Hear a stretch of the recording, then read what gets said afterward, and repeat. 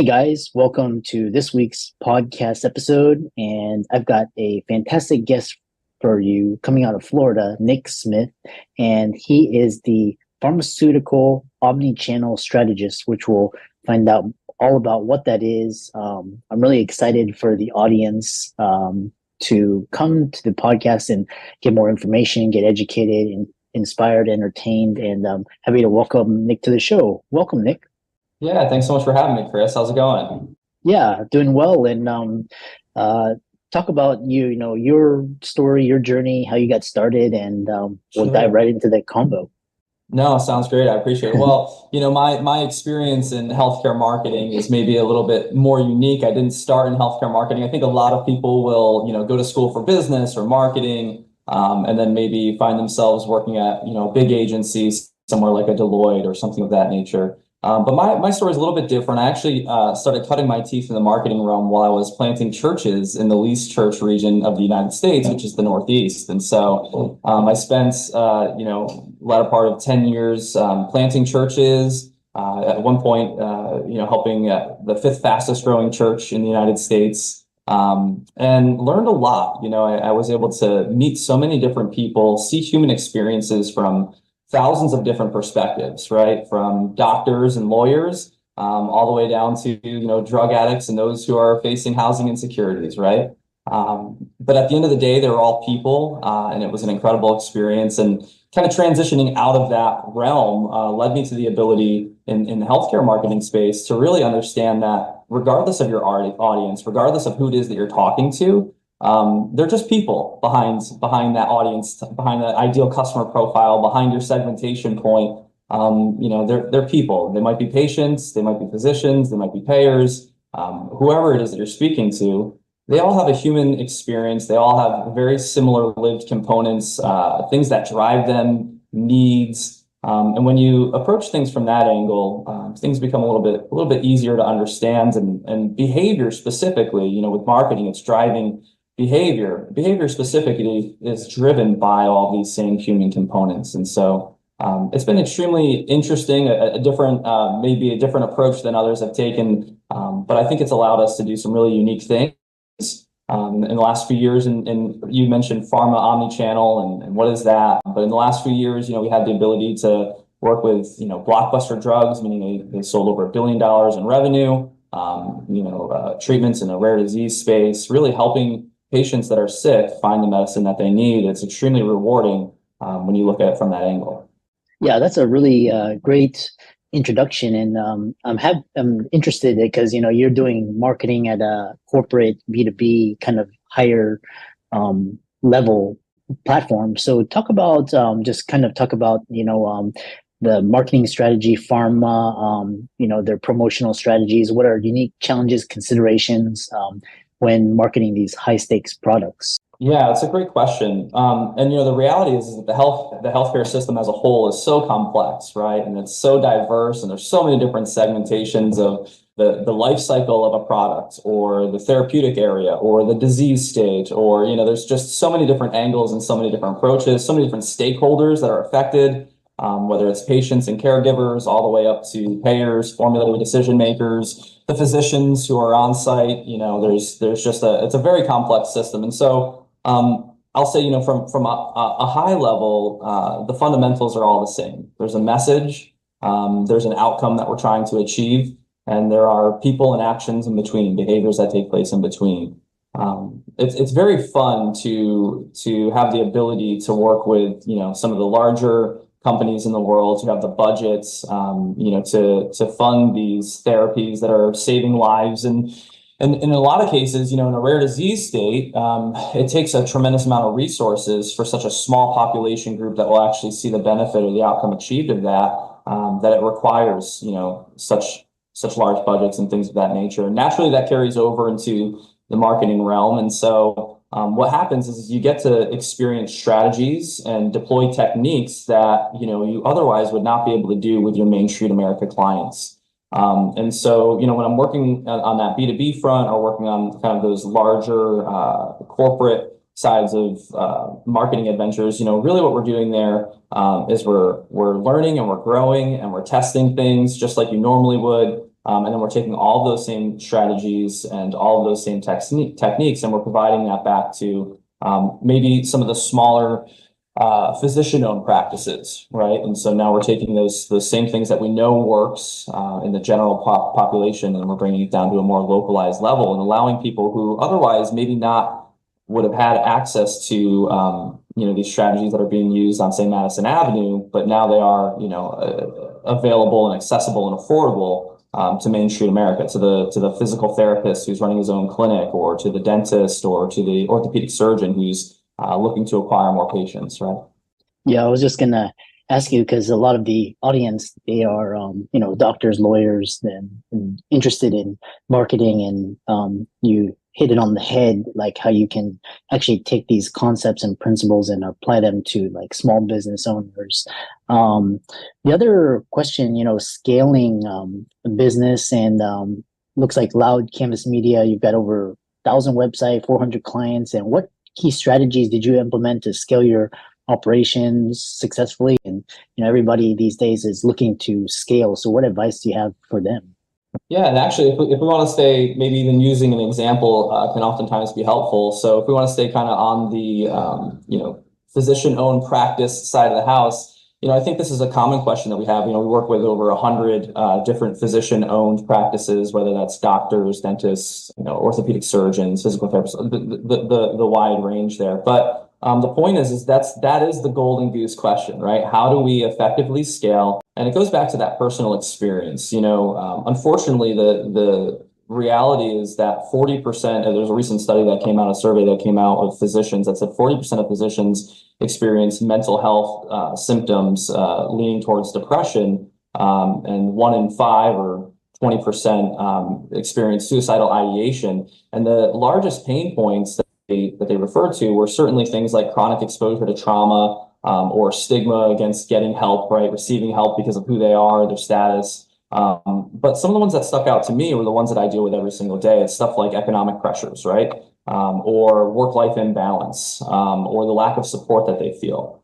And so, what we hear on the ground level with working with physician-owned practices is that the number one concern, the thing that keeps them up at night and causes, this anxiety, this human lived experience that we have, tends to be around patient acquisition and retention. So how are we acquiring new patients? How are we keeping them? How are we making sure that the patient outcomes are as we anticipate and that the churn is low and they're happy? It's also in regards to technology integration. So, there's a lot of disbursement within the systems for how things are managed. And so drawing efficiencies there is usually the first step. Is because you don't want to scale something that's inefficient, whether that's profitably or inefficient resources wise. A lot of times we'll sit down with the doctor and they'll say, I just need to get more patients. And we say, all right, awesome. After we book up your calendar, then what do we do, right? If we can solve that problem, then what? And then that leads to the third most reported concern, or thing that keeps them up at night, which is the staffing and the human resources, right? Is what is my plan? And it's fun because in the life cycle of your business, you get to see different business owners experience kind of where they're at, whether they're launching their clinic for the first time, or maybe they're, aging up and figuring out, what does my legacy plan look like? How am I going to pass this on? How am I going to ensure that my work continues? And so depending upon where a person finds themselves in the life cycle of their business or their career, some of those will weigh a little bit more heavy than others in terms of priorities, things that are stressing them out, keeping them up at night. I love your how you talk about your stepwise approach and different client needs, and just kind of focusing on the the core ingredients. Next question is this age of data and information, AI now. How important is data and analytics in your work at Loud Canvas Media? And I know some of this could be proprietary, just kind of surface level, how data informs your marketing strategies. Yeah, no, it's a great question. I mean, on every level, data and analytics is so important. If we look at the micro level, so solving some of those pain points, and we look at customer acquisition, patient retention, the ability to capture, an NPS score and understand what was the patient's experience prior to going into surgery, post going into surgery, Oftentimes, especially with a smaller practice or a medium-sized practice, the patients are relying on that personal connection point, that bedside manner. They really feel like they get to know their doctor. They're excited to share the results, the positive results with them. And so it's actually a shame. What keeps me up at night is knowing that there's tremendous doctors doing great work, patients who are getting the care that they need and that they deserve, but there isn't a system that's helping them to capture that feedback, share that feedback broadly, so that way other patients who are facing the same, treatment paths can make a wise decision and maybe choose their practice or their therapy instead. And so at that level, you can look at data and analytics and all the way up to a macro level where you're spending millions of dollars in advertising budget, let's say on a month to promote a therapy or a treatment. And the thing that becomes problematic there, or anybody who manages large ad spends or multiple vendors, is that oftentimes what happens is as you scale, you have one vendor running one type of outreach, another vendor running another type of outreach for you, and they're the only ones reporting back to you on how well their personal or non-personal promotional material is doing. And we like to say that that's often like having the fox guard the hen house, right? Why would you have the person who you're spending your money with, who's supposed to be doing a good job for you, tell you how well they're doing? And so, in those situations, same thing, data and analytics is so important that you have a unified database that shows you comparatively, how are your pieces, your marketing and your promotional pieces doing? What are the activities and the next steps that are taking place from each one of these different channels, mediums, or sources? And so you can see comparatively, your email newsletter is getting this amount of activity on your website, this amount of pull-throughs, patient enrollments, whatever the case may be, as opposed to your programmatic, your displayed ad, your Google ads, wherever your other media buys may be. And so, from a micro level, somebody who wants to apply it today, data and analytics is so important. You can apply it simply just by collecting the information from your customer, from your patient, and having a system in place to help share that back out. And then again, on the macro, there are systems in place that you can install to help guard and safe keep that data, to compare it against your spends to ensure that you've got the proper ROI, or that you're making the best decision with your marketing budgets. Yeah, and then also a follow-up question I have for you is I'm always looking at the what's next and what's on the horizon. So what trends or innovations are you most excited about, and how do you see the future of marketing evolving? Yeah, it's a great question. So, the marketing terminology, I think, is what's evolving most, right? We started with just marketing, and then we've got multi-channel marketing, and then we've got omni-channel marketing, and I think someone's talking about quantum channel marketing. At the end of the day, I like going back to keeping it simple. And there will always be a way to communicate with audiences. There will always be a way to capture their responses, to gauge your performance around that and your return on your investment. There's a lot of things that are changing in the space. Certainly the ability to track user behavior activity and data is changing with compliance and regulatory globally as a whole. The kind of adoption of artificial intelligence by the masses at this point is in many ways advancing the ability for us to identify audiences and to help target better. One of the worst things is when you're getting advertisements, marketing material that is the wrong message to the wrong person, right? You're like, why am I seeing this? It doesn't add value to my life. The best thing is when an advertisement is placed in front of you, someone shows you something that adds benefit to your life, adds value to your life, and you make a purchase decision or you make some sort of key behavior based off of that advertisement. That was a good ad that was placed in front of you. It was the right message to the right time. And a lot of the technology right now, whether it's artificial intelligence or just the progression of analytics, data and analytics tracking, and omni-channel efforts, things like chatbots and CRM systems, and all of that is centered around how do we put the right message to the right person at the right time. And I actually think that it creates a better user experience, a better customer journey for all of us.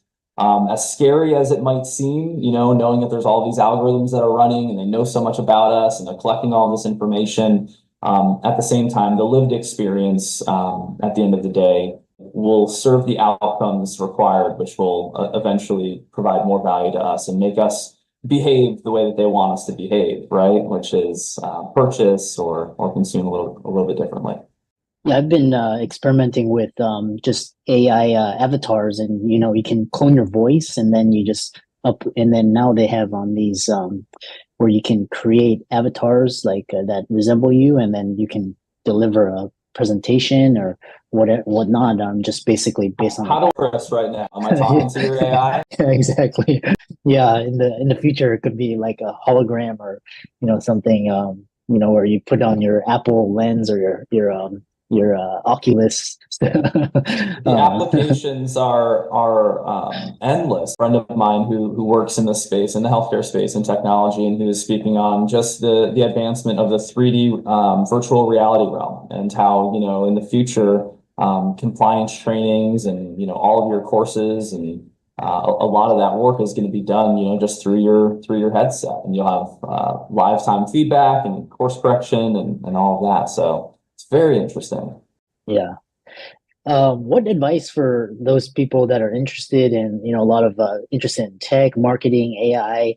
What key skills should they start focusing on or start implementing in their teams? You can never undervalue, or rather, you can never overvalue the need for community. And so, the beautiful thing about technology right now is it's leveraging, the users are leveraging the technology, for each other. And so, I would encourage anybody who's maybe running businesses, running teams, or interested in kind of getting in that field, to not be afraid of some of the different social media platforms, the Reddits, the X's, the Discords. Really get your hands dirty in there. There's just a wealth of information. Be amazed by the people that you'll meet, how fast you're able to learn. The traditional model of education in content creation, in the marketing realm, and in technology, in so many ways, has been disrupted through alternative learning sources, through school and the different types of courses that are available online, and YouTube. And so it's never been more accessible. And it's never been more of a great opportunity for you to dive into that. And then also, just I would encourage you to know what you're good at.